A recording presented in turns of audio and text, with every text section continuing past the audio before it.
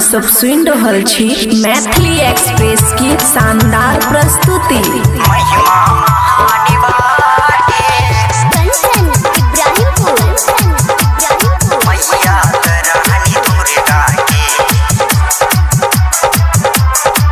खुशी recording studio बलुआहा। मैया तो रहनी दुर्गा के महिमा महानी बाटे। मैया तो रहनी दुर्गा के महिमा महानी बाटे। मैया तो रानी दुर्गा के महिमा महानी बाटे। मैया तो रानी दुर्गा के महिमा महानी बाटे।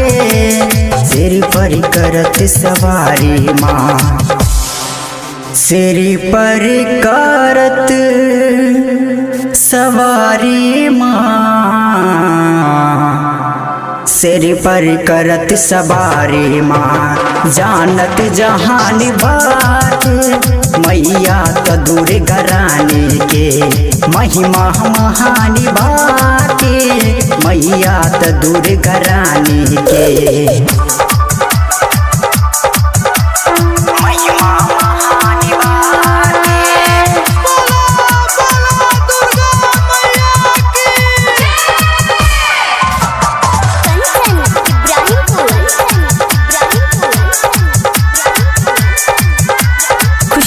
स्टूडियो बलुआहा। पहिला पूजा से माई के लोग करी पूजा पाठ हो। नवमी के दिन माई के करेला नवरात हो। पहिला पूजा से माई के लोग करे पूजा पाठ हो।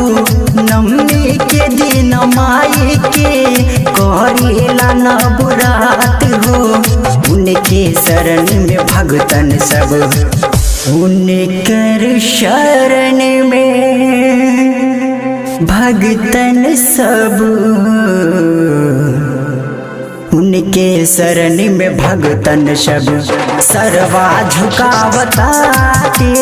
मैया तो दुर्गा रानी की महिमा महानी बाटे। मैया तो दुर्गा रानी के